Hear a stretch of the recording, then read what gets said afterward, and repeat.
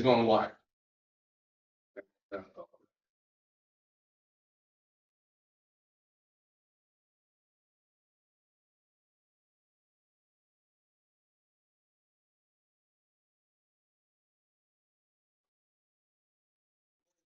My name is Joe Scarice. I'm a senior loan analyst at Lenmark Capital.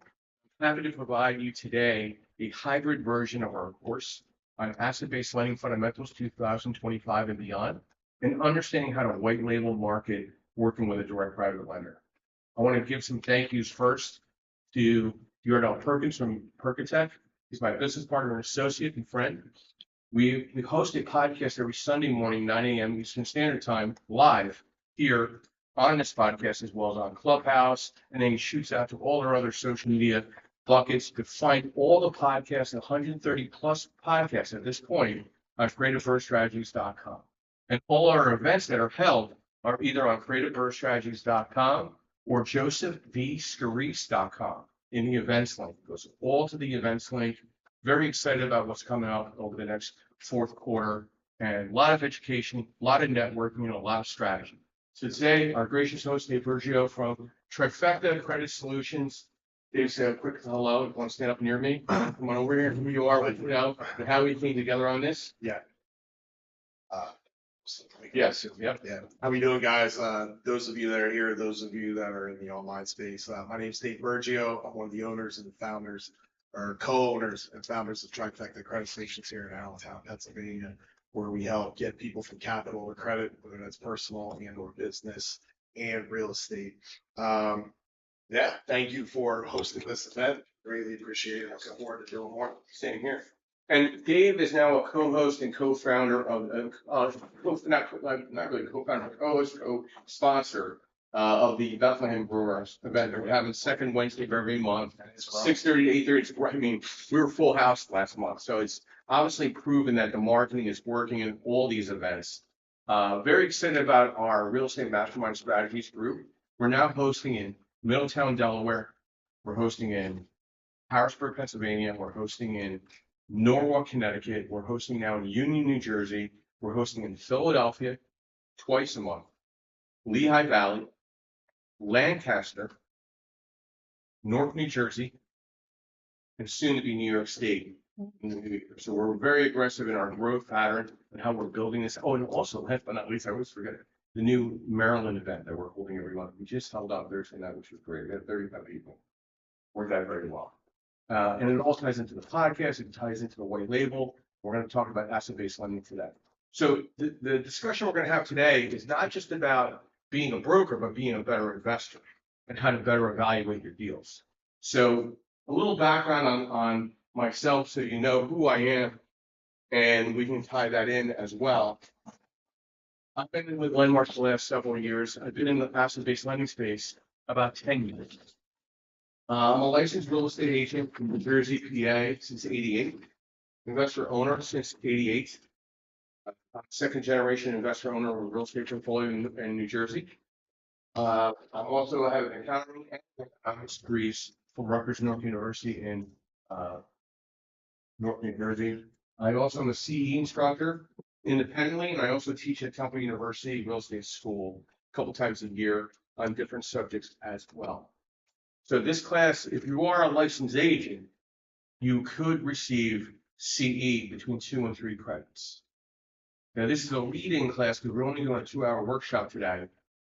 Next month in Lancaster is a 2-hour workshop. Starting November 15th, we are going full 9 to 5 workshop, which will cover a lot more information. But today we're going to cover DSCR 1 through 4, maybe 5 through 8, and then fix to rent, fix to flip, 1 through 4, and 5 through 8. I want to keep it simple because if you want to start, you got to start simple. You can't jump ahead and drink from a fire hose right away.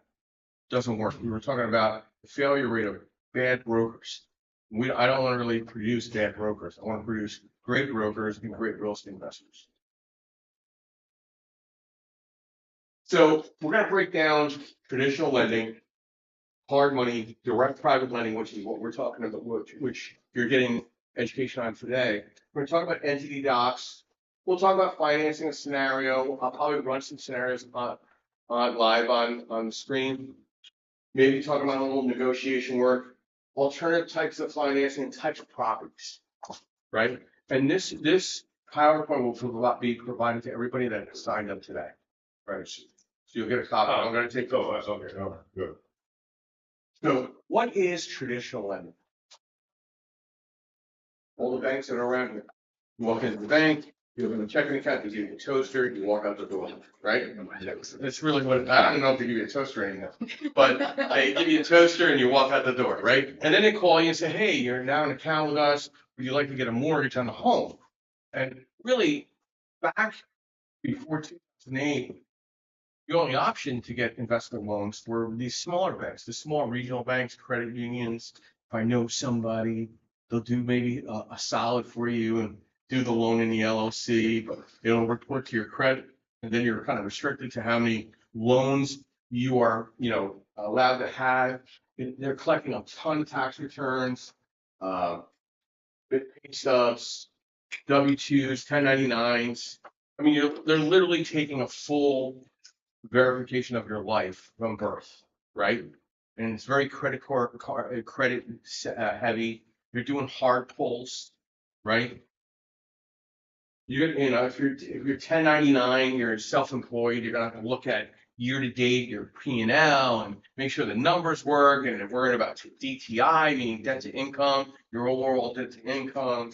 It gets consuming, right? They want to track every deposit here, there, everywhere. It's a lot of work, right? It's called regulations. Banks are regulated. They were a great piece of the opportunity in the beginning space. You knew you were allowed to get up to 10 mortgages based on your debt to income, your personal home, maybe your secondary home, but then you were capped. You couldn't go any further. You built this great portfolio, but you wanted to buy another 10 properties. Now you're going to go to secret wells and find all these different opportunities that maybe they're regulated, but they're still going to put you through the regime of through the papers. And that's called regulated banking. It's a necessary evil to buy your home, but it's no longer the viable option to be a real estate investor or in the real estate investing space. Does that make sense for everybody? So we're not teaching traditional lending here today. We're teaching direct private lending. You are a direct private lender. You're not a banker. You don't work for a bank. This money that we're discussing today is not coming from a bank, and we'll go into that detail and that history. Pay stubs, man, they're going through the whole thing. It's like if anybody's got a colonic, they're going to go through the whole thing here, man. They're going to drain you out, man. All right. So, I mean, there's so much paperwork you need in the traditional lending space, which is fine if you're buying a home to live in. But if you're not buying a home to live in and you're strictly working in the investment space, everything through the LLC, this is done. This is no longer a viable option as an investor. It's done. Unless you're making the W-2 of $500,000 a year, it's over for the regulated banks in the investment space. So anybody listening that's from a bank, I'm very sorry to kind of throw you all under the bus, but it's just they know it's a numerical fact. They cannot compete with a non-QM direct private lender. They know that. Again, we're going to do an LLC loan. These are the basic items that they'll collect: the EIN letter, the letter of good standing, an operating agreement, and whatever you show them, they can't unsee it because they follow what? Regulations. Okay. The articles of formation. These are standard. Does everybody have an LLC in the room? Okay. These four you need always. And that certificate of good standing you need every year as well. Every year.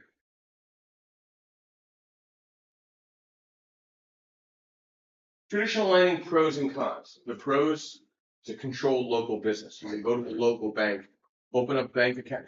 One good thing about banks, the local banks and credit unions, they might give you some commercial lines of credit cards, credit card stack, which is good. It won't report to your credit. So you open up a bunch of LLC accounts. Now you could leverage that. They do look at the credit you already have in place. So they're not going to re-pull, hopefully, and then issue you a commercial credit card based on the amount of volume you have through your LLC going to that bank. Right? Which is nice. It's a local relationship to the asset. Sometimes asset-based lenders or hard money lenders just can't get their head wrapped around this, maybe this specific area. But the local bank or credit union down the block, they'll be more than happy to, cut that ribbon at that opening. So sometimes I'll tell people that's a local bank or credit union.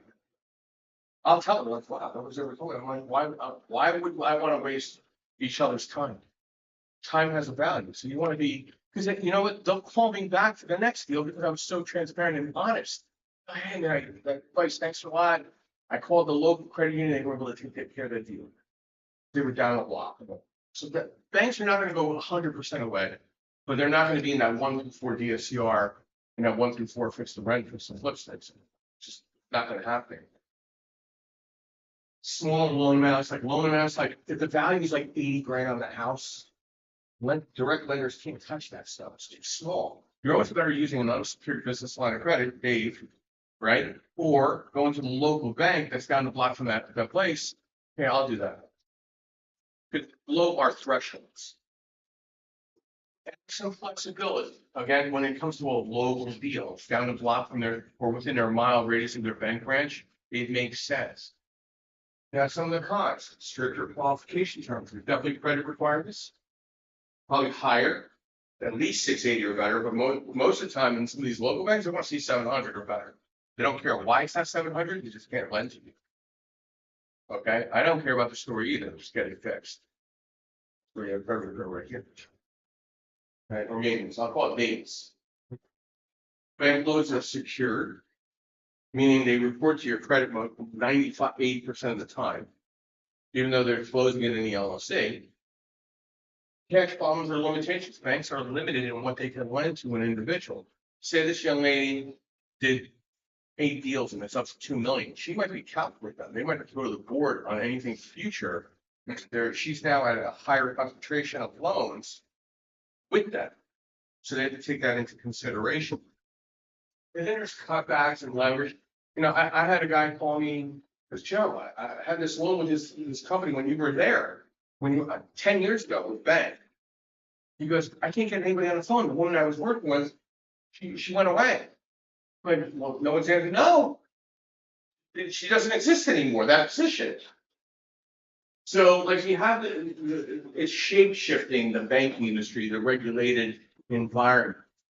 Okay. So these are the pros and the cons. Sorry about that. I always forget that I have it. So, but there's some good things about regulated banking. FHA, USDA, VA, conventional options. Who's a veteran here? Anybody veteran? No. So, but if you're a veteran, you can get 100% financing on a 1 through 4 unit. Secure personal income. That's a huge advantage of getting into the investment space with very little or low money out of pocket. The VA space is unbelievable right now. As well as USDA, you can get 100% financing on USDA. And people are like, hey, what's USDA financing? Where you see cows and see chickens, that's USDA. That's the way to look at it. Conventional FHA options to house hack or buy a 2 through 4 or 1 through 4 to house hack, meaning that you're going to rent bedrooms in the one family, or you're going to rent out units. Usually is anywhere between 3.5% and 5% down with a very strong seller assist. All of them have a very strong seller assist or closing costs. And that is another option to get into investing initially if you have the documentation in a regulated space. That is not a loan that I do. I can always make a recommendation or referral or introduction, but it's an option. You only have 3.5% to 5% or 10% to work with. Go buy a 2-family house to live in and rent the other unit. Learn how to be a landlord by having your own property, being present. But house hacking is more exciting than ever before.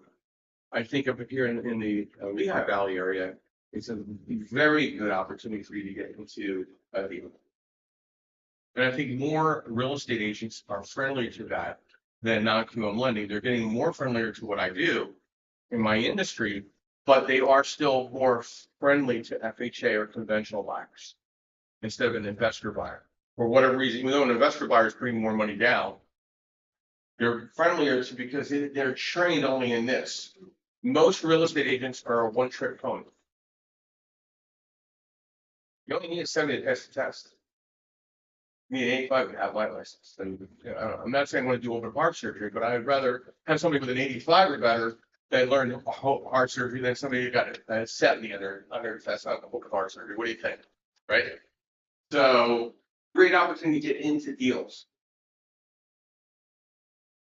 So any questions on regulated banking before we get into part one? So is there any questions on house hacking, what regulated banking looks like?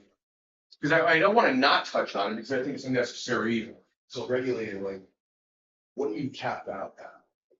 The official rule in regulated banking is one personal home, one secondary home, 8 investment properties. As long as your debt to income balance is under 48%. Based on your W-2 income or your self-employed income. So max big house, big broken. You're capped, but it's all in your personal name, it all shows in your credit, and you're very exposed to your tenants. There's nothing to hide. They can find you in a split second. There's no asset protection, other than you take a umbrella insurance policy so high so you can protect yourself from lawsuits and other claims and things of that nature. And you have to have the income and credit to support that the whole time through, and there's all these hard pulls in getting there too. And that I'm emphasizing certain bullet points. So as I get into toward the lending space of direct private lending, to better understand why. Is that correct? Yeah. If we're hacking, you understand the living states, but is there a certain period of time? 1 year. Yeah, and then you can move out. If you have to move out any sooner, it would be great to provide a letter of explanation. Should be valid. You could refinance that, but the problem is you don't have to. The problem you have is that if you have enough equity, if you only put 3.5 to 5% down on it. Actually, no. So it's got to make sense. If I was going to do a house hack with low money down, I would do a 5% down because it's conventional and it doesn't have mortgage insurance. So I have a little more flexibility. So a 5%, Yeah. Permanent. It doesn't go away. It used to fall off on a supposed re-underwrite after a certain amount of years, but that went away. Yeah, after trying to replace it. Yeah. That's that problem with the house. Yeah. Yeah, 10 years and I get it. I get it. Any other questions? And please ask, because if there's something coming to mind, I want to get it clear. All right. So, hard money. Does everybody know the term hard money? Does everybody think they know the term hard money? I'll just use that. You think you know, that's good. So hard money has been around since the 80s. That's why you're accustomed to the term. You think everything outside of regulated banking and anything related to investment financing is hard money, right? Because that's what you've heard. You Kleenex. You don't always buy that tissue, that brand, but you just call it Kleenex, right? Because you're just accustomed to calling it Kleenex growing up. It's a brand. It's branded itself as an alternative financing option. Hard money was developed how and when? Because of RICO laws. The organized crime types that were out there basically were lending to personal homes. The government got involved. So listen, you cannot do this anymore. It's illegal. People went to jail, went away, hiding, whatever you want to call it. They're no longer with us. But most of the organized crime types back then that figured it out, they became hard money lenders. They figured it out. And then they eventually caught wind to the hedge funds. And now hedge funds back a lot of hard money lending. Now, why is it called hard money? Does anybody know why hard money is called hard money? Why? Because the rate and the origination is harder. Right? So most hard money lenders in our space are more local or regional to their market. They're not national. They're not lending in 48 states. They're lending in 2 states or 1 state or an area. It's a shorter term loan. It's a bridge. It's usually a scenario where the client credit might be 640 or 620, and they now have minimums. Most hard money lenders now want to see credit scores and want to see a credit report.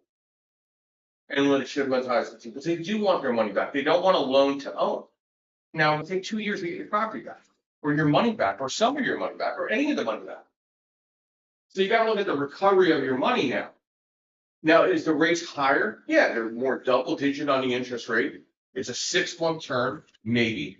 Maybe it's a 3-month term, maybe it's an 8-month term, but it's definitely not a 12-month term. Some might provide a 12-month. But the nice thing about it, once you stabilize it and your credit's a little questionable, you can fix it in the interim and get it above 660, 680. Now you have options to refinance out if you don't flip the property. But I know flippers that have used hard money for the last 20 years because they know the person, they'll come out, they'll look at the property, they don't require a full-blown appraisal, it's quick, but they're paying 12 and 3, meaning 12% interest only and 3 points. Some people could swallow that pill because you're buying really well. Most hard money lenders want to be at 65% loan to value of after repair value, and most want to be at 80% loan to cost on the purchase and 100% on the rehab, right? And they'll do a draw on the rehab. They're not going to give you all the money on the rehab day one, and then you pay either on interest on the whole loan, or you'll pay interest on it as you draw that money into the loan on the rehab. Now, are there some mishaps out there with hard money lenders? I just had a conversation with a gentleman. He's done like 20 flips.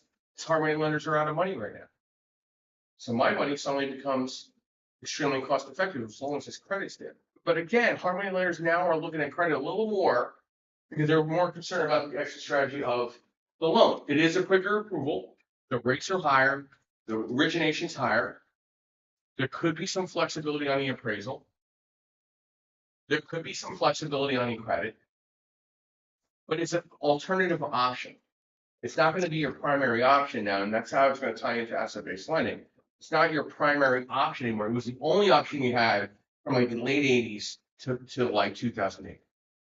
That was the only option you had. You had nothing to look at. And then it's the problem though. So say you have to close in the LLC with a hard money loan, right? Because some of them were still doing loans in their personal name, and then they realized the legalities were working against them, so everything's now in the LLC. But banks were like, hey man, you got to take it out of the LLC for us to refinance.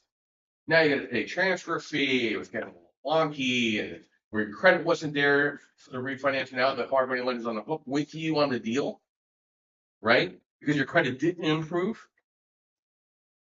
Most top flippers have a credit score average of 660. It can go either way. Usually it goes down before it goes up. And then whatever excuse they want to come up with. But I can tell you, I can run into 10 flippers. I've done 10 flips in the last 2 years, and their credit is not where it needs to be because they're leveraging their personal credit cards. They're leveraging their Home Depot cards in their personal name. They're not using anything in the LLC. They're not trained accordingly and correctly in the space. Going forward, everything should be going through your LLC. Credit, car, houses, everything. You need to train yourself and the people around you.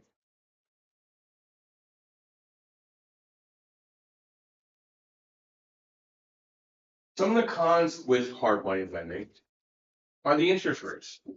It's hard to swallow 12%, 13%. I know people where I paid 15% and 3 points. I paid 20% for my money at one point. But was the deal good? Absolutely. I was buying at 60% on TV on ARB, and I only had to bring 20% on the purchase. I got 100% of construction. I was in and out in 4 months, made myself an extra 80 grand. I did a rehab back in the day. I actually bought my aunt's home in Maplewood. Bought it from her for 150,000, put 350,000 into the deal, and I sold it for $1.5 million. Not bad. Did okay. Right?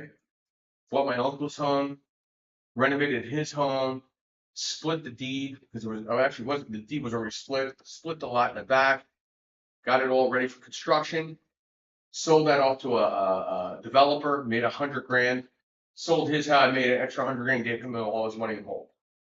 Was that a good deal? I paid what, 13%, 3 points? Did it really cost me 13% 3 points, or did it cost me just time? to just do what I had to do to bridge the deal. Because the bank wasn't gonna look at me for that. Property needed about 50 to 70 grand in renovation, it was like 75 grand renovation. I had to take over the debt, I had to quit claim it over to myself, I had to split the deed, it cost me, split the thing, get it all shovel ready, that was another 10, 15 grand, so I was into it, like, I was floating 100 grand in work. But I made a lot of money on the back end, so like, was it worth it? Absolutely. In and out in 4 or 5 months.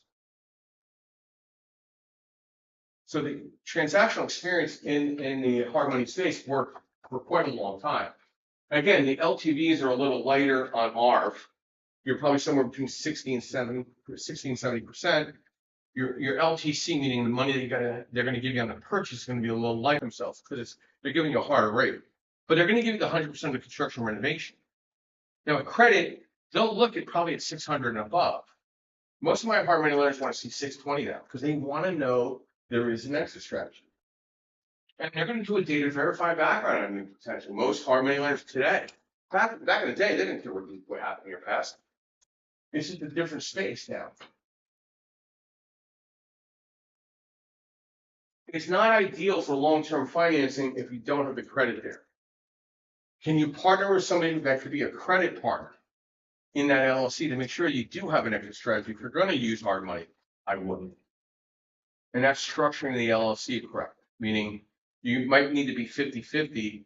So say Dave's a 680 credit score, but I'm a 780 credit score. They know Joe is going to be able to take that loan out on that deal, and I'm strictly there for credit. Does that make sense for everybody? So remember the operating agreement that we talked about, the LLC docs? That's going to come up again and again and again. And there's different ways of structuring the LLC to make sure, one, you're maximizing the best rate on the long-term money, but potentially getting an approval on the short-term money. We'll talk about that in a minute in the direct private lending space. So, any questions on hard money? Anything that comes to mind? Has anybody used hard money in the past? Go ahead. What's the difference between hard money and private money? We're gonna show that for parents, and you'll start seeing it and be like, whoa, I get this. Why I want to be a direct private lender? And yeah, I do have access to hard money. I want to be a direct private lender. It'll become apparent. Say. So I have an indirect question. Wait, those capital gains on those flips, what do you do with that? I'm just. Exactly. It's called either you're gonna pay Uncle Sam or you're gonna find a 1031 and take the money and put it into something else. Gotcha. Thankfully, I had other 1031 opportunities. I could kick the can. Okay, Okay, which was fine. yeah, Because at the time, I was taking over some of my family's properties. So I was able to 1030 the loan the money into Yeah. assuming yeah, other properties from my family. yeah, So I would assume their loan would take that money as a down payment. yeah. I mean, it was kind of a workaround, a little fuzzy area at the time, very fuzzy. Yeah, I almost threw a shower screen. You know what I mean? But it works. And my CPA liked the idea. And you run with your CPA on that. Because I had like a $500,000 profit center on that Maplewood deal. I took money as a down payment on one of my uncle's buildings, which I assumed his debt. I wrapped. Yeah. I did like a a thing and then put the down and then I refinanced it out. and pulled your money out. And I pulled my money out and then that cleansed. I mean, it's a long time ago, but this is very, yeah, I mean, it can work. You just have to have the right boxes in place to work it through. And you got to understand what the potential exposure would look like. Not really, because I was buying a building. So like I would record my LLC into that property. So it was like I was there and I would record it based on the $500,000 acquisition.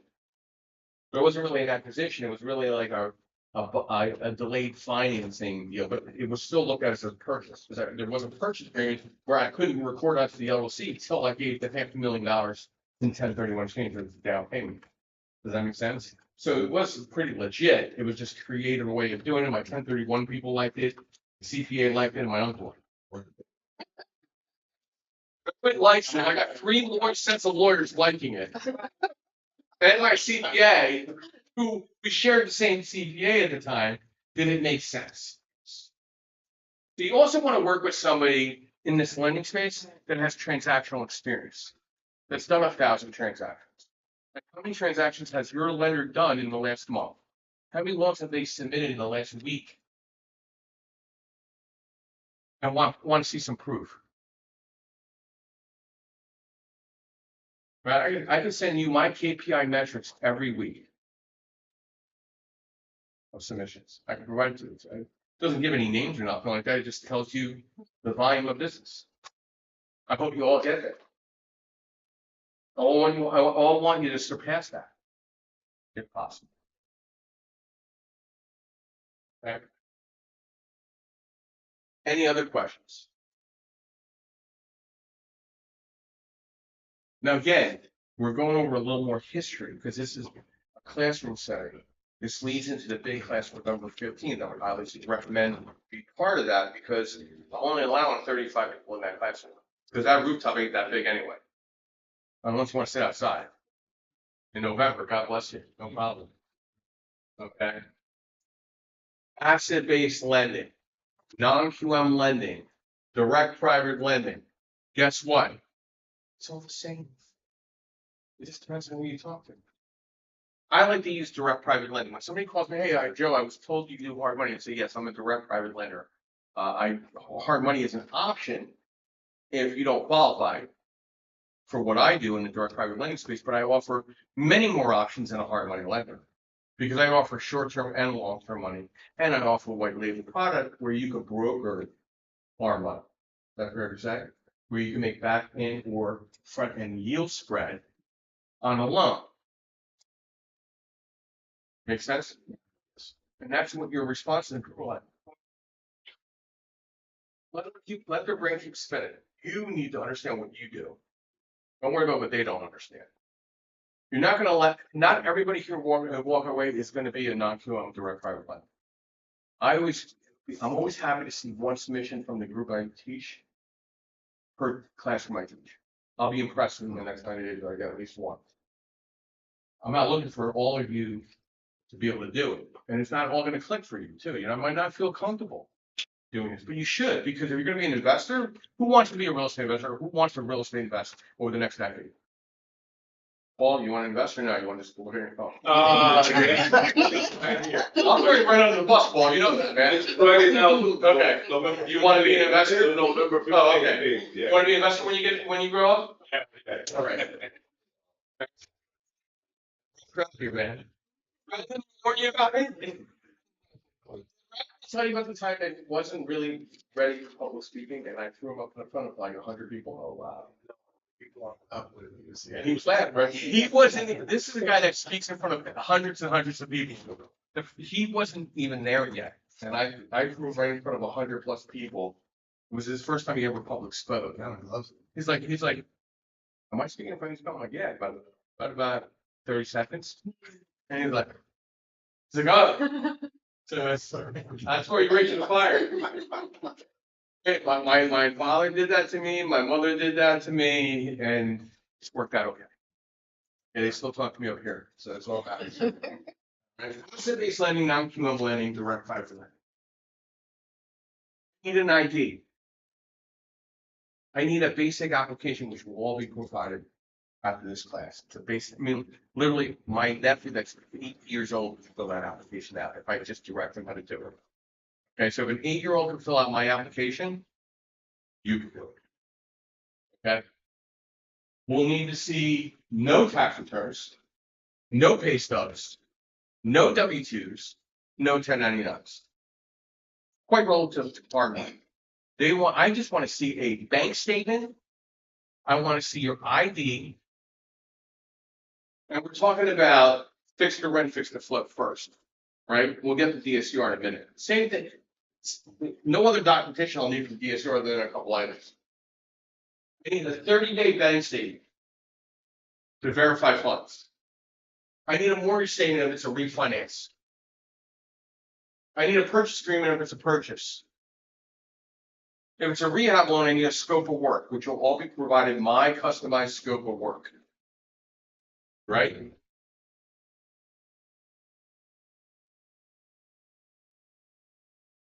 I need an REO schedule, meaning a real estate owned schedule, of experience and current ownership. Like how many rehabs have you completed in the last 4 years for rental? How many flips have you bought and sold in the last 4 years with ownership? And how many rentals have you acquired in the last 4 years? Or if you're a licensed GC, how many completed projects do you do for investors and completed it and verified as a licensed GC in the last 4 years? Well, I'm a licensed realtor. I've done 100 transactions for others. That's like going to the gym, walking by the gym, the LA Fitness down on 15th Street and not going in. If you're not, if I'm not seeing you cranking out some biceps with Brad or Dave, you ain't doing shit. It's nice. We went through the motions, but you'll have zero experience. You have transactional experience, but you don't have physical experience with ownership. Does that make sense? And it's okay to say this is my first deal, myself, with ownership. So now I try to be a little more polite. How many deals have you done for yourself with ownership in the last 4 years? None, but I've done it for others. And I go right to the project. I don't want to get in a debate with people. People are, oh, you're being rude asking me this. I'm not being rude. I'm asking you a question. Just answer it. What's so hard telling the truth? Anybody ever seen the movie Liar Liar? Right? Think about this. Why is it so painful telling you the truth? Why? Because it's a transformation. If you're being fully transparent about who you are, now you can tell the truth. It hurts sometimes, doesn't it? Tells it, okay, it really, it kind of like makes you feel uncomfortable. Don't feel uncomfortable. Just get past that shit. Get in the motion. Because I want to get you to 3+ deals where you're going to get the best pricing you'll ever see in your life. Whether you got to partner with somebody that has experience, and I'll show you how to do that by structuring the LLC correctly. Just get to it. Everybody, does that make sense? I want you to take your uncomfortable level and get it to comfortable. Because if you become a direct private lender in the white label market platform, you're going to have those breakthroughs with others. You know, people want me to partner with them being a lender now. Joey, can you come on board as a credit partner? Sure, why not? I'll take 51% of this deal. You can refinance me out, give me off in 3 or 4 years, whatever. Because my credit score is 804. So I'll be the best credit partner you'll ever have. Have I done any recent rehab transactions in the last 4 years myself? Yeah, a couple, very light. Looking at with documents, I'm in the multifamily space, so I only acquire right now more turnkey multifamily. So am I good for the rehab piece? No, it's the 3 most important questions. Let's go over it again. How many flips have you bought and sold with ownership in the LLC in the last 4 years? How many properties have you renovated, refinanced as a rental with ownership in the last 4 years? How many properties have you bought as a rental with ownership in the last 4 years in the LLC? How many rehabs have you completed as a licensed GC that you could verify for investors in the last 4 years? It's a very specific number. There's no kind of number. When somebody tells me somewhere between 4 and 8, no, it's either 4 or 8. Someone put 4 because I need to verify that, or you don't get the preference pricing based on that. You understand? Does everybody understand? 3 most important questions that will be in the sheet that I send you over and over and over again. Same questions. Over and over and over again. And it's okay to be at zeros. Your leverage will just be a little different and your pricing will be a little different. But the minute you get past 3 deals, you are a class A client. So let's get that breakthrough for that. Say, listen, we're going to get you there. But you're not there, right? Well, I could do better somewhere else and then go somewhere else. Have a good day, Bob. Gotta go. Fire that. I gotta go. My time is being wasted. I don't work for free. Anybody work for free reason? No? You sure? What? What's the deal, right? Alright, so if it's a refinance or a purchase of a rental property, we might need to see a copy of those. They do not have a 1-year signed lease. It's considered unoccupied, and your LTV might come out. If you're buying it as a purchase, at DSCR. We'll go into that in a minute. We need a copy of the insurance policy or a contract to your insurance agent, so we know we're gonna get the insurance agent information. We're gonna need to get a voided check because either we're gonna withdraw or deposit money, depending on if it's a draw or it's a mortgage payment, you know what I mean? So like, we gotta have it all set up for that. So, non-QM direct private lending and asset-based lending, I always go with the cons first, right? Credit score needs to be 660 and above. If it's not, and we only do a soft pull. Because we are not a bank, we're hedge fund based lenders. The hedge fund space took over the entire direct private lending space. Blackstone, BlackRock, Vanguard, State Street, your new mafia. That was skirted around the rebuild laws. God bless them. There's more out there too. I work for another hedge fund, right? They're all like the Blackstones. Right? But they still look at the asset base and risk of a background check. So if you have a background issue, it's going to come up, and most likely, unless you have a really good explanation and it's 20 years ago, you're not going to get a loan. Right? You did 10 years hard time. I'm very sorry about that, but you're not going to get a loan. And most other aspects. You're better off having a significant partner or closest confidant in your world, be 100% owner, and you're like maintenance person at 0% ownership. Whatever that works, you're not getting a loan. Okay? The fees are actually not bad. We are $9.95 on underwriting fee, or $7.95 on legal per loan. And the origination, whether it's a fixed or rent, it's a flip, or a DSCR loan, is the company has to make 1.5 or $2,500, a higher of each year. And I'll show you some examples once we get through this. This is more the kind of understanding of the industry, and then we're going to go into some how I underwrite a deal. Is that fair? So could you repeat the fees again? I'm sorry. It's basically the company has to make either 1.5 on margin between the back and front of the deal, which I'll show you as examples, or $2,500, the higher of the two. And then we need to charge $9.95 for underwriting, $7.95 for legal. But say Dave submits 4 deals to me at the same time. He doesn't want to blanket them, he wants to do them as individual loans. That underwriting fee, that's $9.95 per loan. I'll probably discount that $9.95 at $6.95, $6.95, $6.95. The legal fee will be $7.95 the first one, $250, $250, $250. Same client, Prorated, yeah. prorated. You know, but I can't change that till you have to submit all 4 at the same time. I had a gentleman submit 4 loans yesterday. Wow. So listen, your underwriting fee, the first one will be $9.95, $7.95, but I will request an exception discount for the next 3. I just can't show that on the initial term sheet. Is that fair? And he's like, yeah, that's great. I appreciate it. And are there borrowing limits? I haven't met a client that's hit one yet. I have a couple of clients are at 10 million. We're still lending to them. There's no board meeting about review. Our credit's still very good. Your DTIs are very good. Not really DTI, really the deals. We're not looking at DTI. We're doing a soft pull on the credit to make sure it's at 660 above. If it's below, I don't care why, fix it. It's not my story, it's yours. I've been there already, so I understand about a 660 credit score, but I really appreciate my 804. But the fees are no more expensive in asset-based lending than regulated banking, actually cheaper at this point.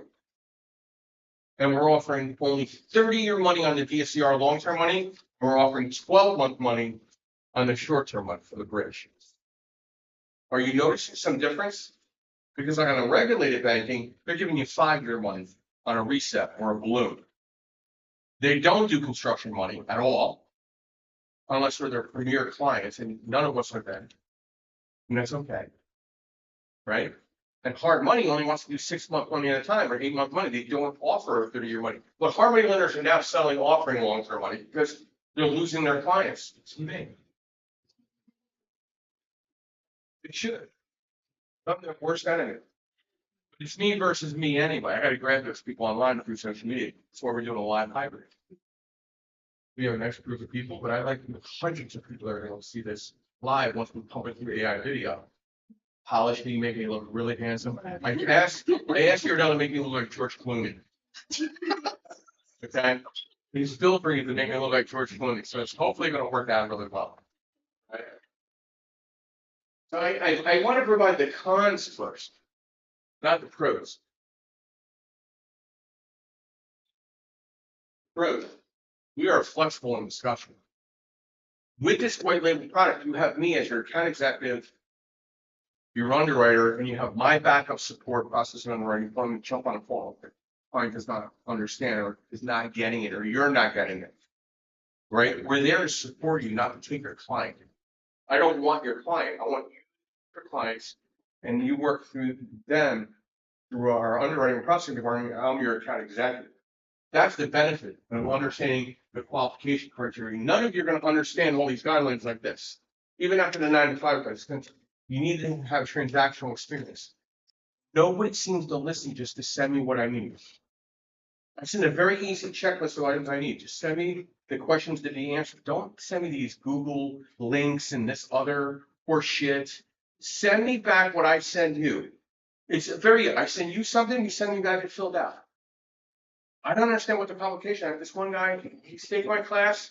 He refuses to send me the information back the same way that I said. I said, how does it come back differently than when I sent it to you? Well, I don't really understand Word doc. I'm like, dude. Listen. So you're either going to send it my way or go somewhere else. I don't have the time to babysit. I'm not an adult daycare kind of guy. I have to take care of myself. Right? I'm not your brother, your uncle, your daddy, nothing. Either you're going to send me back what I need correctly, the way that I've sent it to you, fill in to the sides of all the questions, or it's not going to work out. I think we're going to break up.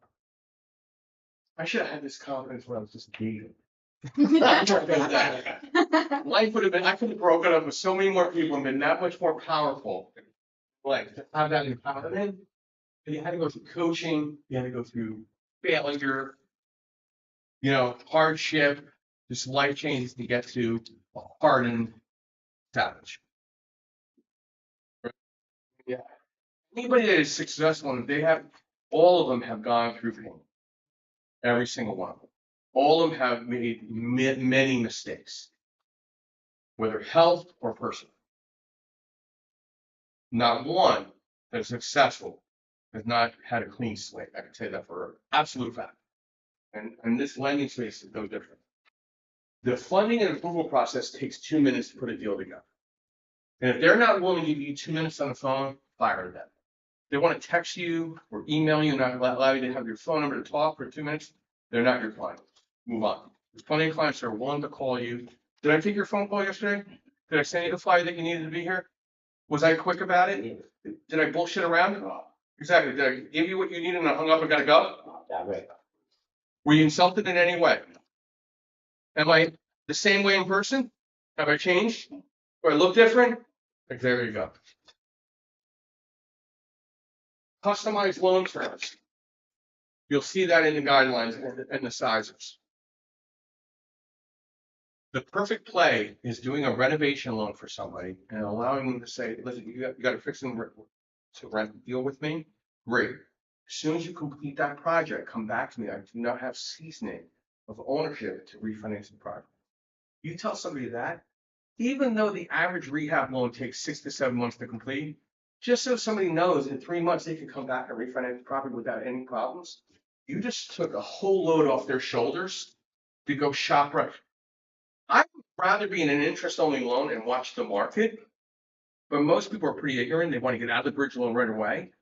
They don't realize you want to watch this market. Rates are coming down. Wouldn't you rather wait till rates come down, keep coming down, to take advantage of the 30-year money? Now, in the state of Pennsylvania, does anybody know the law of LLC refinancing at all? Well, you're going to learn something real quick today. The loan amount below 319,777, where we came up with that number, don't know. Some genius. Anything below 319,777 loan amount does not come with a prepayment penalty. It just doesn't. Anything above 319,777 automatically has a 54321 prepayment. They can have different options to that, but it automatically allows a different pricing module. But either way, you're doing a bridge loan with no prepayment on the fixed to rent side, fixed to flip side, and taking them into another loan product that has no prepayment. So is it technically on the back end a glorified line of credit? You can pay down, you can pay sideways, you can pay just the payment. I would love that flexibility in the state of Pennsylvania. Some people get all worked up because no prepayment forces the rate up a little bit in the state of Pennsylvania. below 319, but it gives you so much flexibility to pay that loan off quicker. You could treat it like a 20-year or 15-year, no penalty. You could do the same thing even with the prepayment. People don't realize, oh, I got a 5, 4, 3, 2, 1. Yeah, but you could treat it like a 20-year mortgage. Just set up with servicing. You just can't pay more than 20% of the loan amount per year the first 5 years without any form of penalty, or sell the property without any form of penalty on the loan amount. 5 points the first year on the loan amount, 4 points the second year, 3 points the third year, 2 points the fourth year, 1 point the fifth year. But if you treat the loan almost like a line of credit, you're paying down balance anyway, just not more than 20% per year without penalty. Have you ever heard that before? Want to know why? Because most LOs in the space are not transactionally experienced. Is that all products? Like HELOCs and. Well, HELOCs you can pay down. Well, HELOC, there's no prepayment. You can pay off at any time. But what I'm telling you, you can treat your 30-year loan, if it has a prepayment, any way you want, as long as you don't pay the balance off more than 20% to impact or to substantiate the prepayment penalty that you get. So people don't realize that. Most people are not paying their loan off in the first place. Well, they maybe sell the property in the next 5 years. That might be impossible. So if you think you're going to sell your property in the next 3 years, take a 3-year prepayment. You can't do that with regular bank. They don't have that option. When I show you the worksheets, you'll see the options. You have complete flexibility in the discussion, except when there's no prepayment in our beautiful state of Pennsylvania. No other state, a couple other states, but nothing that you would ever do alone. Like Ohio, I mean, maybe some of you might do some business in Ohio. There's a prepayment issue there, but that's nothing. I mean, how many people are going to be doing Ohio loans here? Most of you will be working in PA, New Jersey, right? Are we all good? Any questions? So there's no prepayment penalty in PA. Below 319,777. I hope you find a bunch of properties at $500,000 loan amount above, because then life's a lot easier to discuss. Okay. And I'll show you some examples. Yep. For that, is it also applied for New York State as well? No. No. New York's come to prepay, you can play different ways. You can do like 5, 3, 4, whatever you want to do. You do a 10-year. I mean, you could. The beauty in the long-term money in a non-QM space, you could do a 10-year interest only with a 30-year AM. You could do a 30-year fixed. You could do a 5 or 7 1 arm. I've not done one in my entire career. What investment want that? Yeah. It's the same rate. Really no difference. What does direct private lending do? No, we don't do RV parks. No, we don't do mobile home parks. No, I do not do self-storage. Would you like me to introduce you to somebody that does? Go ahead. Here you go. But I don't do that. I don't do restaurants. I don't do gas stations.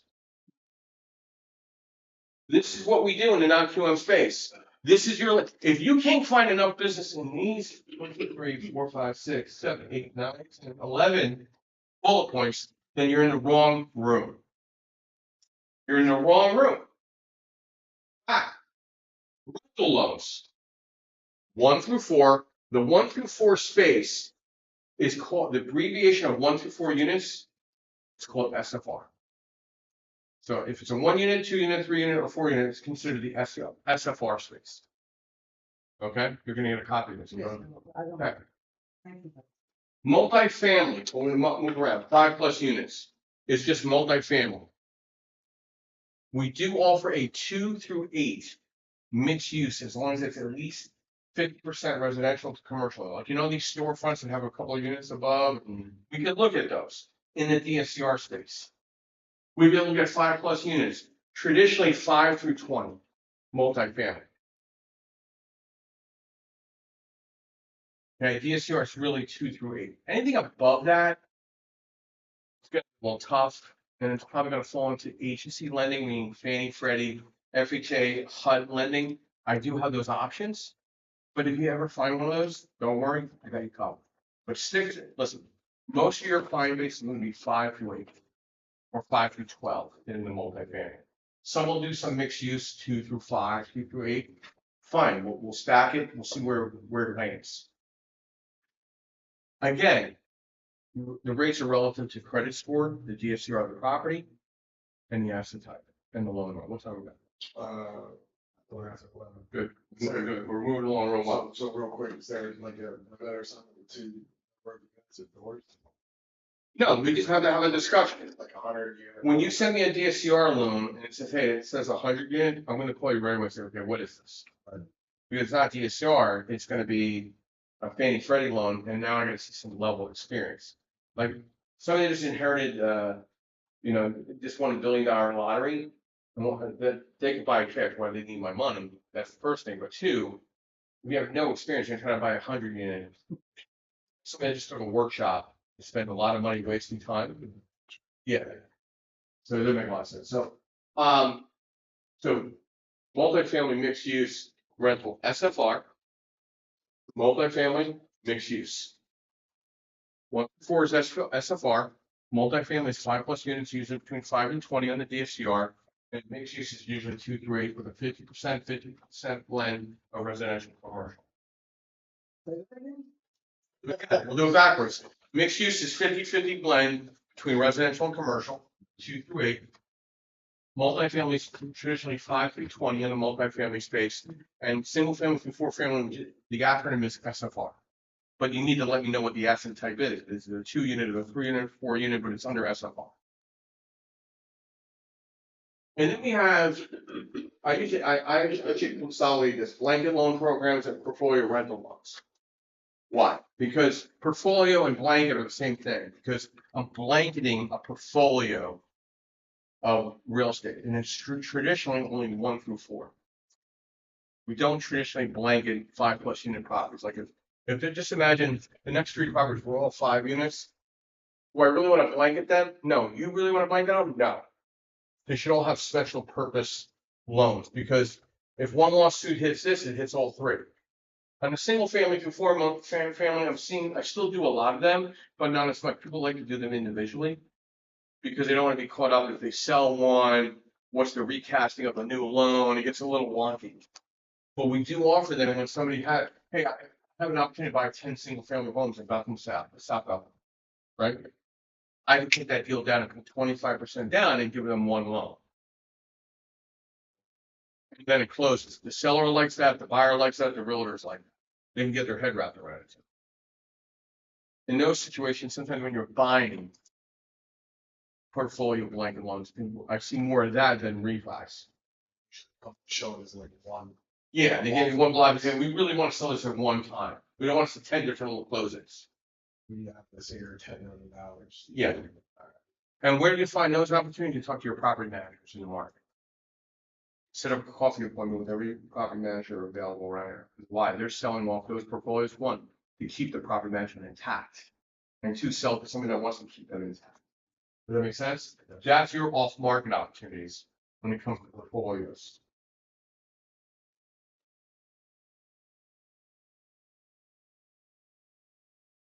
We covered multifamily blanket loans, obviously, a rent loan. Now we're going to touch on fixed to flip loans and fixed to rent loans, because they're the same thing. Most of my flippers are now becoming landlords. Why? Flipping has slowed down. Nice the idea. So you have to evaluate, and you should evaluate and tell your client, does this deal work if you don't sell the property and have to rent it? Well, no, I'm definitely going to sell it. What if you don't? What if your renovations take too long and now you're in December, Christmas time? Who's buying a house to live in Christmas? Nobody. Hanukkah? Nobody. Thanksgiving? Nobody. You know when spring market starts? The day after Super Bowl. What kind of spring market did we have this past year? We did. We could buy homes. I don't know personally, but that's basically. So the flippers, it's all that time. And if you miss the window, you got to rent. You want to get out of that bridge loan eventually, it's going to expire. How many expired loans in Florida am I refinancing right now? It's a GSR. A lot. Market rents work on it? You always want to be questioning what you're doing on the way out. Now, on fix to flip and fix to rent loans, we start, even for the newer investor, 65 to 70% loan in value on oil. And after value, we go from 80% or 82.5% on purchase. And we go 100% of construction. That's for zero experience. Remember the three questions I kept asking? Repeat those numbers, please. We'll look at 82.5 loan to cost on purchase, 100% on renovation. And then we'll go up to 65% LTV on after repair value. That for zero experience, and it's also for foreign national. Which we don't even take a credit score, because sometimes they don't even have it. I use the iFin, but I use a 699 credit score to press my loan tax. And foreign national, and I'll show you what that looks like in a screen. But I want to leave some time for the question through this, so we can get to some examples. So fix the flip loans, fix the rent. Now, this young gentleman comes to me and says, hey, I've completed 3 rehabs in the last 4 years, and they all turned into rentals. He is now at 90% loan to cost on purchase, 100% loan to cost on renovation, and 75% LTV after repair value. Dave comes to me and says, hey, I've done 1 deal, maybe 2 deals. I've bought there's 1 renovation to rental and 1 rental.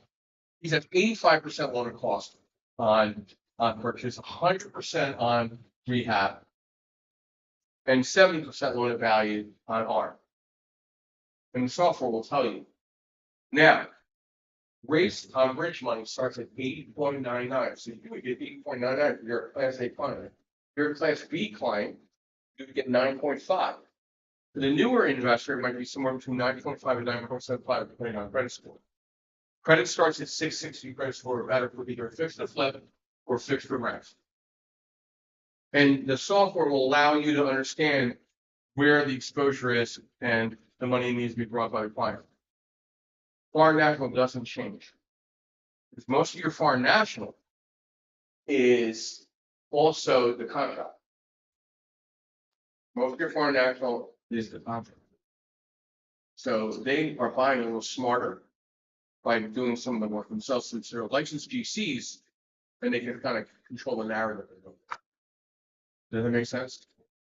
I'm sorry, could you explain, because I know when you love the foreign and there's the odd pennies. Let me say, they're not a resident of this country, they're not a citizen. Right, so how do you know their credit worthiness? I don't, I there's no credit score typically. Right. So I just take a 699 credit score. I take a passport, I think all the dots. That documentation checklist is a little different. Now,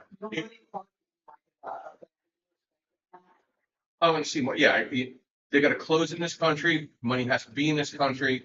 You're not doing the closing with me at an embassy in Nicaragua, that's how it works. Not happening.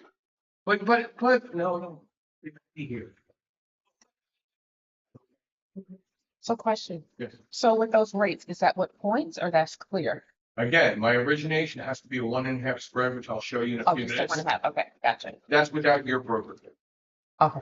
I gotta make 1.5 or $2,500, but I'll show you how that works on the spreadsheet. You'll get used to it as you play. You gotta work on about 7 to 10 of these transactions, starting at you're kind of like fuzzy because you're like, I didn't see it yet. Okay.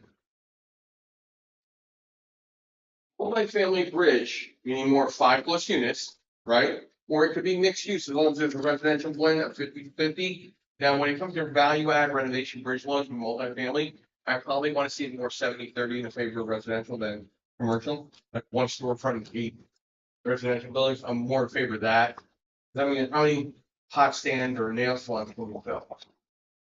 The commercial, I'm gonna get a premier. There you are. You're gonna have that empty cap at the top. I got a debt service in residential before I got a debt service in the commercial business. You're gonna have a lot of emptiness. Okay, a lot of my guys are like in certain urban settings, they're from co-working spaces. They're putting their own laundry center there. They're controlling the narrative. Instead of putting laundry centers taking up space in each unit, they're putting the laundry center exclusively to 8 units, and it's on keypad editing. Or a co-working space, and then you can put laundry centers in the units. It all depends. And they just add an extra $25 a person. Look over. And cool. Whatever, it's a revenue stream, but it's not like the best revenue stream, but it's a lot of the building with debt service. New construction. At this point, I have two options. You can either have done 2 new construction in the last 4 years with ownership, or your GC has completed, licensed contractor has completed at least 2 new construction in the last 4 years that I need to verify. Can't kind of give me an address. It's got to be a real address. I got to see your licensing and everything tied into those 2 projects. Now, the loan of cost and the pricing is different. So if you've done at least 2 deals yourself with ownership, I'm probably somewhere between 9 and 10.5%. And I'm gonna probably be like 65 to 80% on purchase or refinance, cash out on the what you bought it for and the third party work. Plus, I'll go to 90 to 100% on construction. So I might want a little skin in the game even on the construction. So you're gonna be into it for 25%. If you're a newbie and you had a GC do it, you're putting 30% down either way. This is plus third party. And then, architectural renderings, permits, all that stuff. And then I'm gonna probably be somewhere between 90 and about 90% of it. You're gonna have some money in stuff about 10%. But that rate's gonna be definitely low. Each deal has to have its own. When you send the questions back with answers in red, so I'm saying it in black, you answer in red, you'll have a much more specific answer back. And eventually it'll start light bulb goes on. Okay. All of these products that we're talking about are recourse options, meaning there has to be a guarantor with a credit score of 660 or better. Non-recourse options are for the bigger players doing bigger multi-family stuff, but they're still signing a bad boy clause where they still have to have a credit score of 680 credit score of that. Okay, now let's use some examples. Dave has an 800 score. I have a 660 score. Okay. We're 50-50 partners on a DSCR. Long-term loan. I'm making him 51% and making me 49%. You're going to get much better rates and options at the 800 score. I don't need experience. Those 3 questions I asked for experience, that's some counting DSCR. Are you ready for that? Does that make sense? Okay. Deal is a 700 score, but I'm an 800 score. It's the rental. You have the experience. I don't. That still works. The DCR though, you want to flip me to 51% to be better rate. Right on top rating. So let's go the other way around. I'm a 640 credit score. I have all experience. You have a 780 credit score. I've got to use my experience in the 640 credit score. I have to fall on his experience, which is 0. So they're going to have to bring more money to the table, but he's going to get a much better rate, probably at 9.5% on the rate, and 1.5% on the origination, or $24. And you're going to have to bring a little more money to the table on the purchase, but he gets some experience with an experienced guy like myself.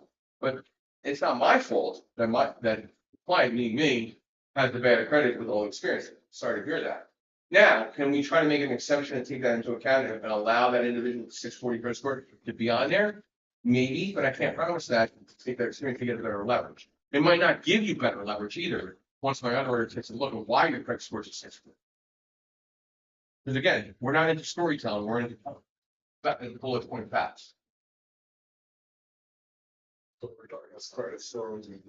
because we're only doing a soft pull anyway. Remember, you're not collecting tax returns. You're not collecting W-2s, 1099s. Okay, I need to look at something, right? Yes. The guarantees are the persons that are the credit partners. We're not looking for guarantees from the person that we're not cooperating on. We're only doing a data verified background check. Which, again, we're business partners. I forgot to mention I had 7 years bedtime selling heroin. Yeah, I can't be on the other side.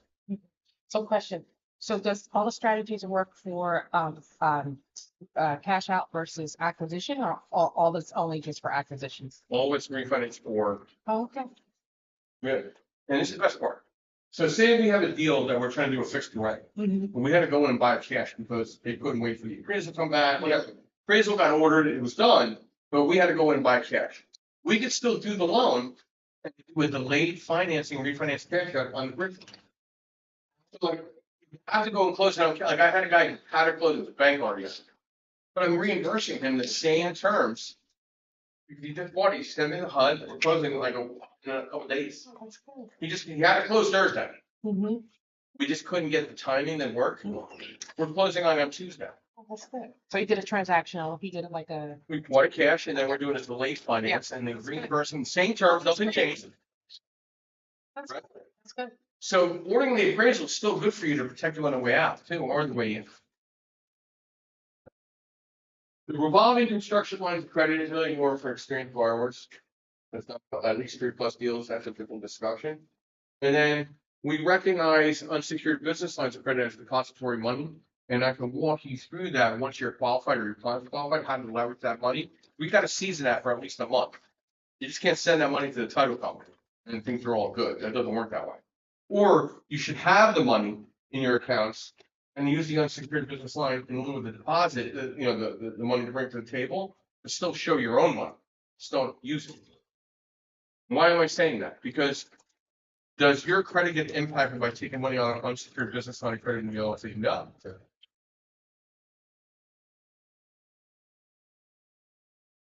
Any questions? I have a question. I want to come back to that 51.39% apartment shares. How does that play out in the LLC? So the You 49. would have to sit down with a registration Okay. or your attorney, where you need to know how to change an operating agreement. Okay. To change that, submit correctly. And we would have that discussion prior. So you're fully aware, this is how we should structure this. You also might have to notify your CPA as well. You're changing the dynamics to the LLC and the tax statute with that. I'm not your attorney, I'm not your CPA, do not sue me. You just need to do that track work for yourself or your clients. All that can hold the deal up, right? I want to make changes, or it'll just change the dynamics of the law. Yeah, I have registration, do things quickly, but he always warns individuals, you better call your CPA, tell them what we're doing. If they're filing a certain way, now they're gonna have to file differently. I mean, listen, if it's a husband, wife. 149 is 100% of the women anyway, so there's around that. So, So what if you have clients that ask about the creditworthiness of the source, the actual source of the money? You no, spoke I'm good luck to take care. I don't have time for that. Good question. I think more, that most likely they don't have money, they don't have credit, or they don't have an idea. Probably all three, when they start asking me about my money. Because my websites all are very transparent of where our money's coming from, so like I have nothing to hide. So they're hiding something because they're obviously on defense mode. That's psychology. When somebody's asking about that. So if somebody's asking, hey, where's your money coming from? And it says I'm coming from Eastview, look up Eastview, there it is. Okay, fine. Oh, I don't really have credit for this. Oh, that's what this is from, Well- non-PG. Yeah, I mean, that's a flag, like, you don't have credit, you don't have money, you don't have an idea. Like you got, are you trying to play broker on this? Talk to me on this, No, I'm just. for yourself. You said something earlier about, somebody finding out that their source ran out of money. That's a bank of credit. We're $1 billion fund, I don't think we're running out of money anytime soon. We run on $1 billion, we got a lot more problems. Listen, in my space, there is more money than houses. It's good. It's never gonna run out. More money than houses in the entire United States. If you want to talk about the new United States, Canada to come, that too, we got that coming. Gulf of America, I keep going if you want. All right, are we good with kind of I wanted to give you the history because that big class is not gonna go over the history. We're gonna go right into training. We're gonna do some light training on DSCR and some fixed the run and fix the flood down. Are we good with that? Where we are, time, dude. It's good. We're doing good. So what I'm gonna do here. So we'll go ladies. Ladies, who would you like to see? A DSCR loan, meaning a long-term loan, or a fixed rate loan? Which one you want to see first? Fixed rent. Fixed rate, okay, fixed rate. We'll do fixed rate. All right, so that is called RTL in my space. Okay. So I open up my RTL loan. Look, we have an example here. We go to Sizer. Let's change this. So the date to close is 10/1/25. I just put a future closing date. I put the LLC name in, I put the client's name in, I put the client's credit score. I make the credit available within the last 30 days, 9/1, nothing complicated. And then, is this the guarantor? Yes. And that individual is 100% insured. Very clean, right? So far. They have zero experience, zeros across the board. Same questions. Didn't we just go over this? Then we went over the address. Address street, city, state, zip code, height. Right? You could do townhome, condo, PUD, 2, 3, 4 unit. If it's a 5+ units, it's a different software. Are we good so far? Right? Townhome. You need. I mean, usually you're paying for the lawn. Be done. Yeah, it's kind of an HOA, but it's kind of cleaner for the townhome community, the townhome color. So there's these communities, a lot of them in Poconos, but some in South Jersey, where you're paying for certain maintenance. And it's not considered a single family home, it's considered a PUD. And it's kind of between a single family home and a townhome. Because it's not attached, these are homes. They're like big mansions. Big mansions are usually there, okay? So you see here, and again, I could find out real quick online what they are, so, but most of you are working through single family, 4 family, or a condo or townhome.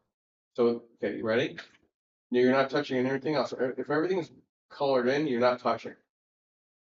So appraisal date, you wanted within 30 days, that's put 9/1. Like next month, when it's 10/1, I'll put 10/1, whatever. Purchase price was 80 grand.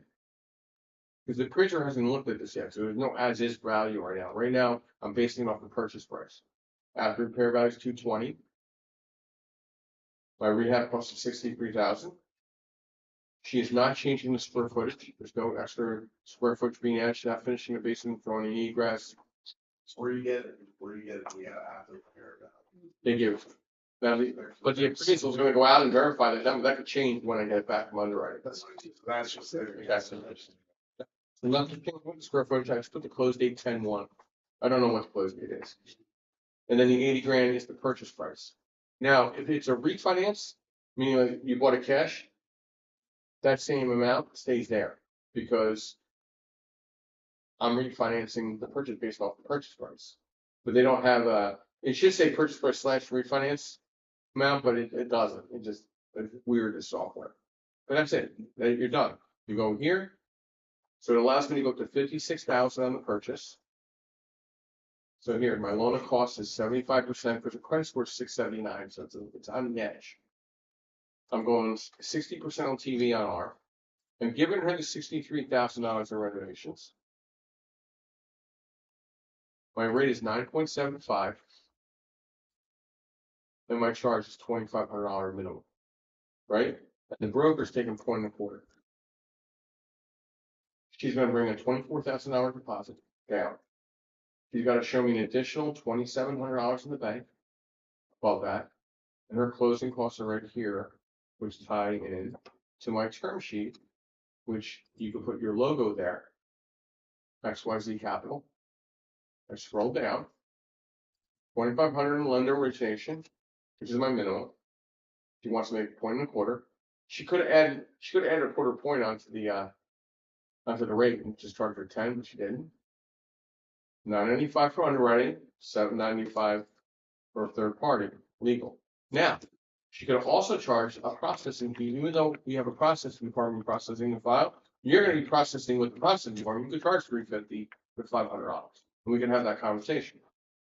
Put your logo on top here, you officially are a white label lender. That's fixed to rent, fixed to flip. How hard are these people at sub two having learned this? Well, dumb as dishwater, man. I've never seen more dishwater in one room at the same time. A lot of dishwater. A lot of dishwater. A lot of smoke, no fire. Oh, my goodness. Who wants to be fire or smoke? I want to be fire, baby. You want to be fire. You don't want to be smoke. Right? Smoke blinds you. Fire, you know what's going on. Run. Okay? Keeps you warm and get the hell out of it. It's not keeping you warm. Okay? You see how easy this could be? Right? You ready for this? Yeah. I'm gonna scroll some. I'm going here.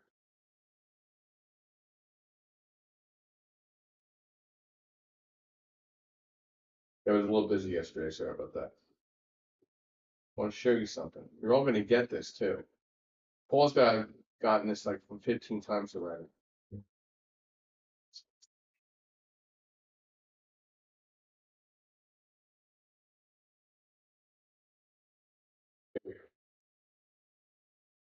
This is what I sent everybody.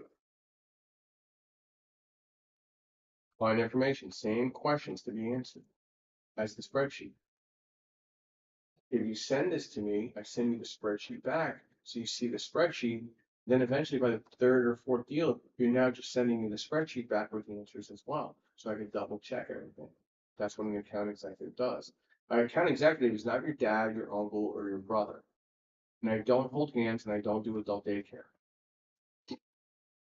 Now, if I send this to you back in black, this email in black, what do you respond? Back in what? The answer in red. Do not get creative. I don't care about your creativity at all. Right? The more creative you get, angrier I get, then the less I want to work with you. Okay. Any lender. I'm a human being just like anybody else, and my patience runs thin if I'm on my 12th field to put into that. Okay? Everybody understand this? You're gonna get all this. I send it to you in black and send it back to me in red. If you can get the rest of the documents filled out, great. If you don't, if it's just a scenario, don't worry about the documentation. Just give me the number so we can put, I can practice getting you the spreadsheet and get you learning how to fill it out yourself. By the seventh one, you all should know, and you should stop asking me questions, just sending me filled out in red and size it. That's all I would want back. Because at that point, because it might just be a prequel. It might not be a live deal. Do you understand what I'm saying? Any questions?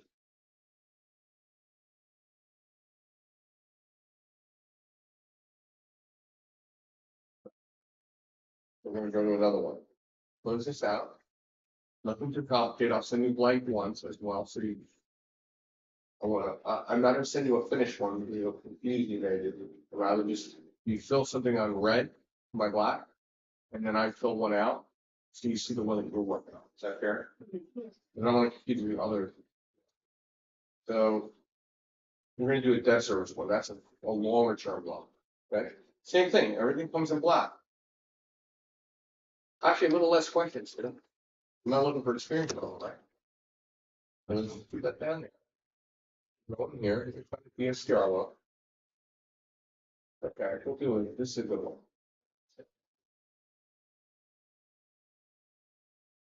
Yeah. Go to prop, let's go to size it, that. Date, when I hope it closes. The LLC, the bar's name, that's that.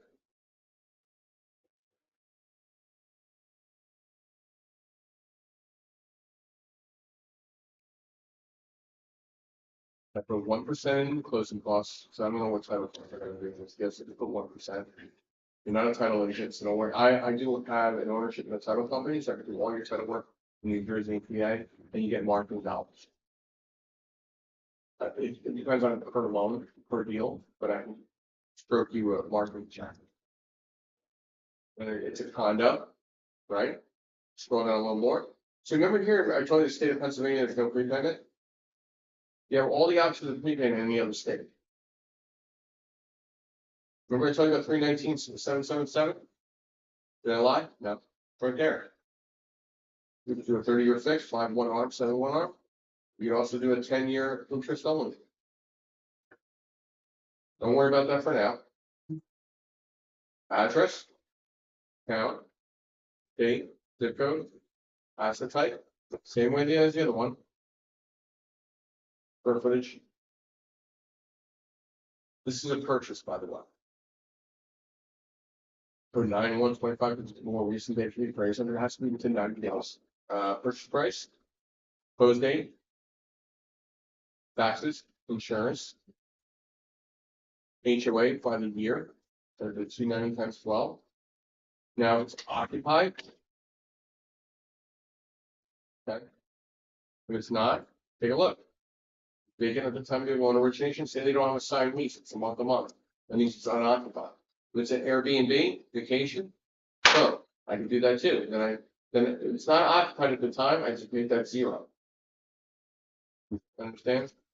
But let's just go back. So go back to, Airbnb is treated how? It's unoccupied. But then okay, so then you see here, market rent, I still need to know what the market rent is. If you do not have a 12-month history of T12 on STR, I can't use it. I only can use the market rent. So it's a brand new STR, great, congratulations, but I'm gonna cover my ass that it's gonna fail. And then you're gonna have to rent it to a regular person. That very set. Remember the Foreign National?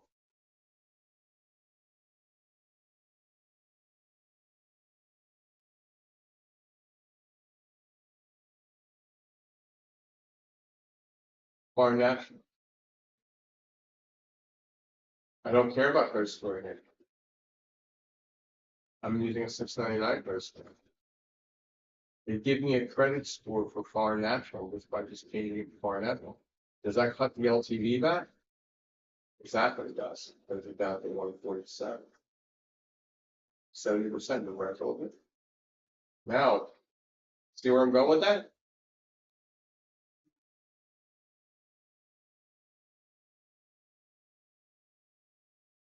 Right?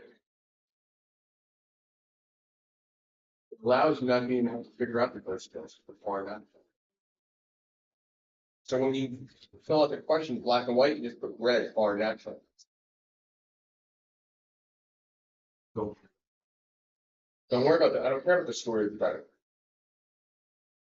I already have it in the job. All right. So if I say with black and white DSCR, before we finance a purchase, what do I get back? Red, and then what do I send you to follow with the red answers and the sizes, so you can see the match it up based on what I filled in, and that's all you have to follow. Follow the leader, don't follow daddy, Uncle Joe, Brother Joe, follow the leader. And then become leaders, once you're past the 7 deals, now you're getting lessons, and it goes right in. So this is live, boom. I got work, they literally send me a whole package with everything. Literally 2 minutes later, it's been the opening, vows the sign, the processor, you set up a call with her, sends out a welcome email, boom, it's live. If you want to use my title company, just let me know, or if it's New Jersey, PA, anywhere else, I don't have that access right now. I just need to know the insurance agent, whoever the point of contact for the appraiser. Not the appraiser, I pick the appraiser, you don't. Or your client does. But a point of contact, who's gonna call? And then not ever fill out the credit card section of any application. If you send a link out to the borrower, and for the appraiser. You're now just monitoring the loan with the processor. I mean, you can call yourself a processor and call back yourself out. I'm only there for DEFCON 1 to disappear. You gotta take the loan over. I never want to talk to the client unless there's a problem. I'm the last guy you want on the phone with that. Because then, well, it's likely they don't want to work with you anymore, and they want to work with the person that's directly the file. That make sense? And it's not, I don't want that to happen. You're gonna bring me in for a presentation, I will not bring my business card. I will push everything back to you. You're in a real estate office, what are you trying to do to accomplish your white label presence? But If they find me, there's nothing I can do about that. That's only based on something you did before after. That's something I did about it.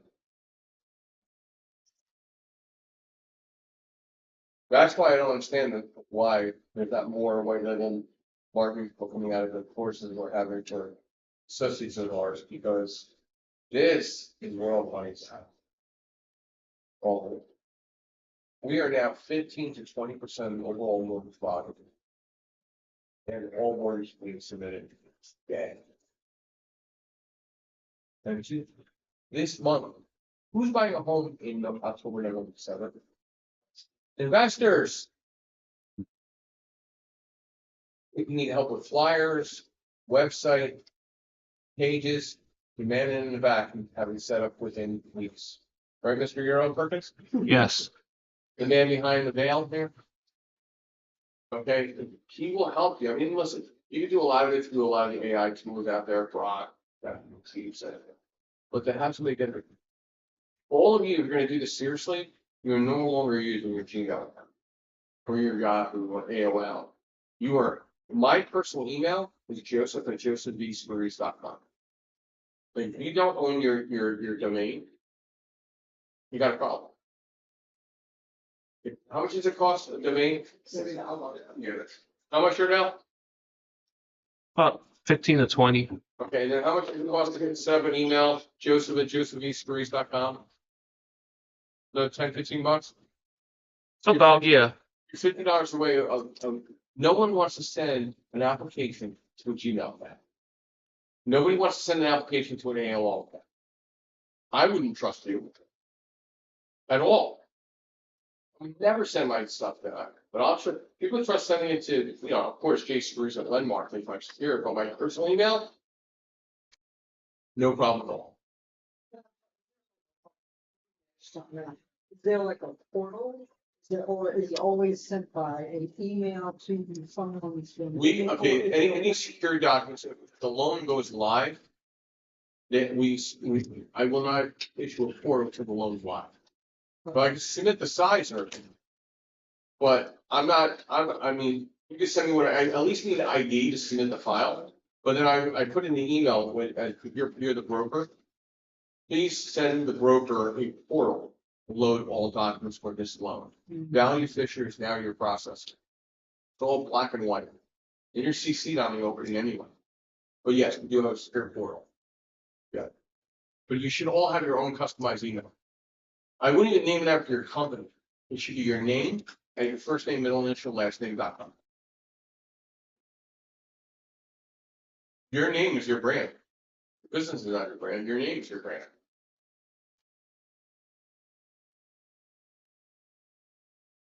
So today you will get an overview of the PowerPoint. You will get an overview of the DSCR and fixed to right, fixed to flip. You will get the sizes for each. And you will get an invite. You'll get a share invite with Dave and myself. And we hope, and then most of you are coming up from different places, but we have events now everywhere. So if you go to either josephvsquares.com or creativebirdstrategy.com, go to the event link, you'll find all the events. The event link goes right to everything. You can secure, if you want to be part of the November 15th full day class, which will cover multifamily, underwriting, it will cover general construction, underwriting, it will cover fixed to rent, fixed to flip, we'll run a bunch of different scenarios. It'll do DSCR as well. We're going to cover all of them, but we're going to take our time with it, but it's going to be all day. There'll be a couple breaks, there'll be breakfast, there'll be lunch. That link is live. You join that. I'm capped at 35 people. Other people you think that would be interested in that class is in a secure, dedicated rooftop deck. Just us up there. And we're there all day. The night before, I might have a little light happy hour for the attendees. And I'm leaving the Sunday open post podcast for any one-on-ones. I have a podcast from 9 to 10 every Sunday morning. And at 10 a.m. to like 2 p.m. I'll do one-on-ones for anybody that took the class. If they want to schedule some time. And sometime maybe with Yordell as well. And you should grab Yordell's information if you want to get set up with all the white label. So you're really, really, really prepared for now. I mean, you're gonna be able to at least do 1 through 4, which is probably safe by most of us, what we're really seeing right now, because I'll get everything you need to start. But there's so much more that you want to learn about, because all of a sudden you start doing 1 through 4, and all of a sudden you get a 5, and you're like, oh, this. Right? ECR questions are the same. The fixed rent questions are the same. It's just now you're doing a 5 unit, but I don't have enough time in this 2-hour class to go over multifamily. And then all of a sudden, your clients are now doing some new construction. That's a whole different thing, right? Right? So there's more modules. I want to take a longer time with you to make sure you better understand. We're gonna have a lot more live examples. But this is definitely a good stepping stone to get across the creek. So again, I will send you an overview of the products that we work on. I'll send you questions for DSCR 1 to 100, fix to rent, fix to flip, new construction 1 to 100, and then I'll send you a sizer for the one and a sizer for the other. I will not send you the new construction sizer. I will only send you the one fix to rent, fix to flip 1 through 4. Same thing for DSCR is 1 through 8 technically. 1 through 9. Any final questions? Saturday, there's a parking lot right next door, secured, so your car will not get towed. Okay, and but it's great. It's the old Rich Theater parking lot. It's a parking authority parking lot. I think it's $20 for the day. Whatever it is, you don't have to worry about the thing. Food will be catered, everything will be up there, we'll take our little breaks. We have light happy hour affair for the people that are registered to come. That's negative for local rates. We're down 7 Chestnut. So you have to come into town. There's a beautiful little Marriott down at the Navy Yard, which I would probably recommend. There are some hotels from right there on the same block, 2nd and Chestnut, that you can stay at and walk to the facility. Yardella will be there for the Friday night happy hour as well as the all-day event. He'll definitely be there for the one-on-ones for the white label, but I'd probably set up a Zoom call with him to talk about white label, how he can help you. Great, you get your own customized email, but what do you do next? How do you create, like, I had 2 guys that report to me, I created flyers for them because they can't figure out how to do it themselves. And again, it goes back to Uncle Joe. Uncle Joe. I mean, have 2 nephews and 1 niece. They're the only ones that should be calling me Uncle Joe. Okay? I'm not your daddy. Okay? I'm not doing a DNA test to find out. I'm definitely not anybody's daddy here. Okay? Okay? I don't want to know what my grandfather did. I don't want to know what my father did. I don't want to know what I did. So we're good. Okay? You know, we don't go to church together. You're not my brother. Okay? I barely want to recognize my own brother as my brother. Definitely. It will fall after my brother. Okay? It's my older brother. Okay? So, I mean, listen, I'm here to help you make money. To be a smarter investor, to be a smarter real estate professional. If you're a licensed agent, you just created another revenue stream. You understand? You got to have skin in the game. You got to use common sense. The questions I put together are common sense. And answer back in red, back to the questions I sent you. You have a problem with yourself.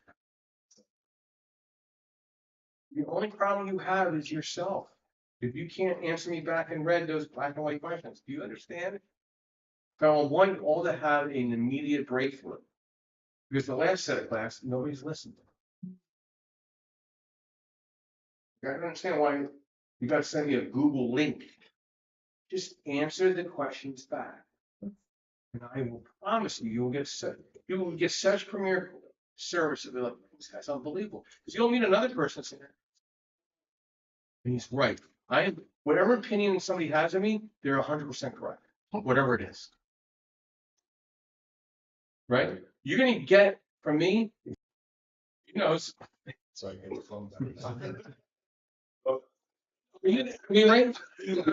I'm sure you. I'm a few people in the community that I sponsor, right? Some people that say I'm a royal.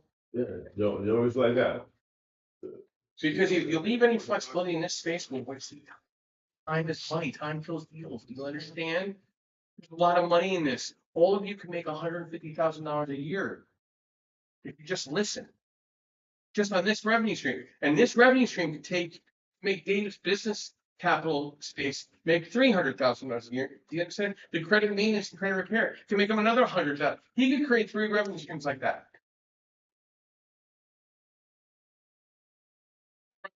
My driver's seat than anybody else's. I am a licensed realtor by accident, but take a referral fee. Throw me a gift certificate for like Ruth Chris Steakhouse. That's my referral. I'll take that all day. Bring out some of the muscle heads I know. Man, we'll just put steaks in the less I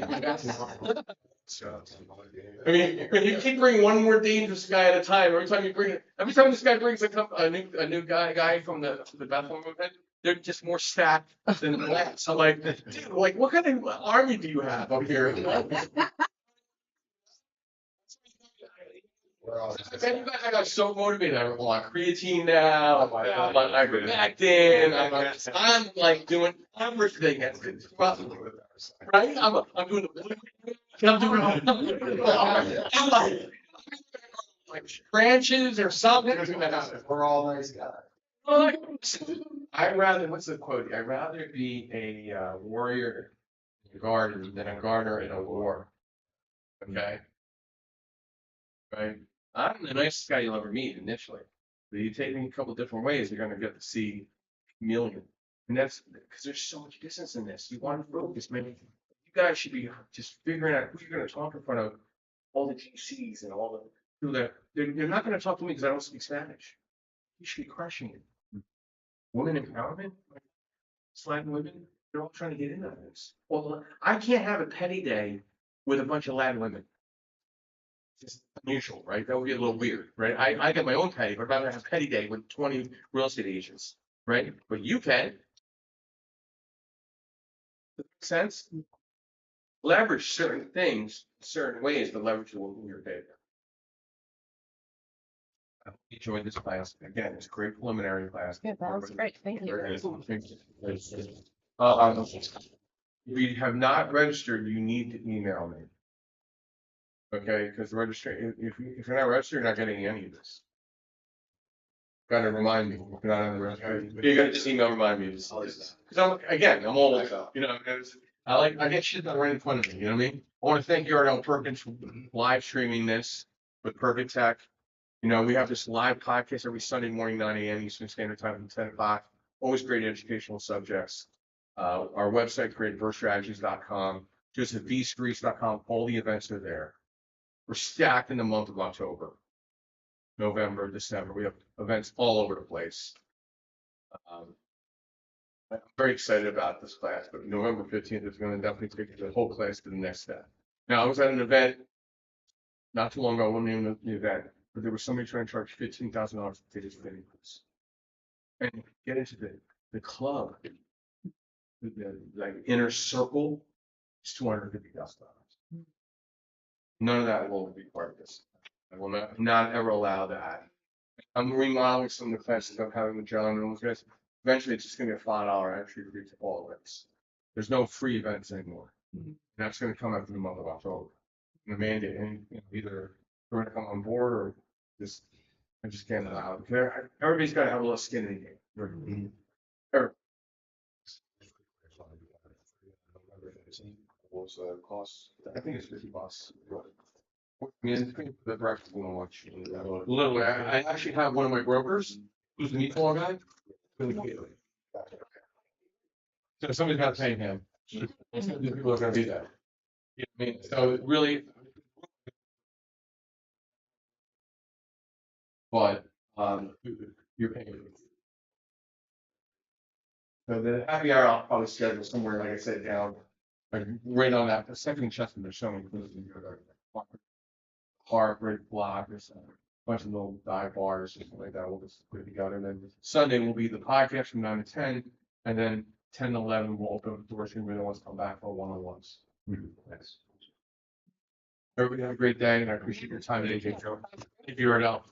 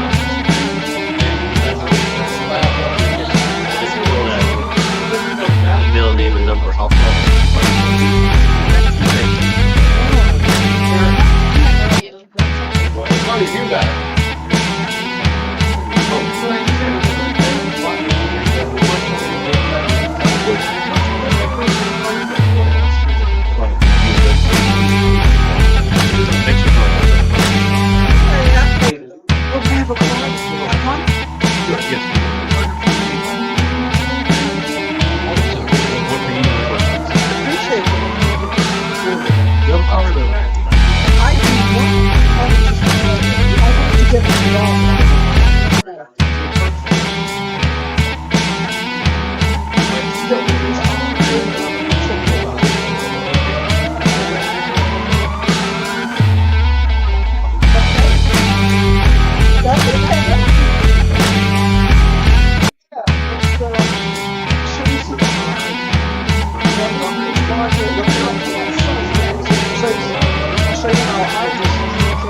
trying to collect all this crap and type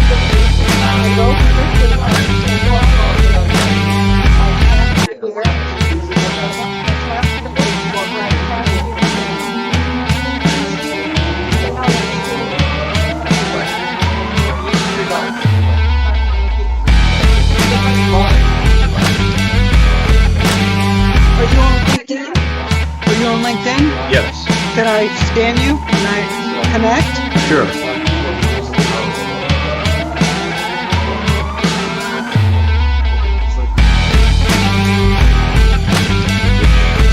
Just scan me. Perfect.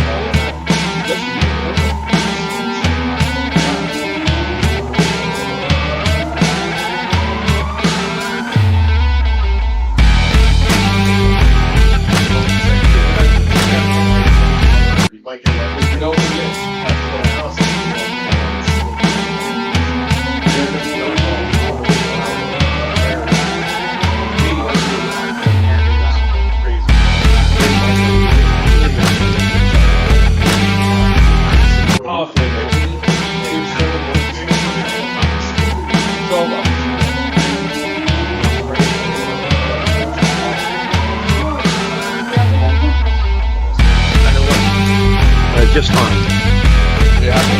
Oh, yes, much better this time.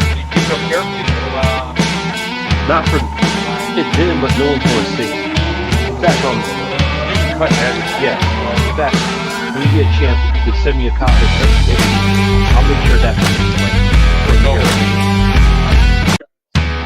like, you'll be cut down, but they'll barely see you, they'll see the slides, but that's their information. Yeah, I know the way out. Right.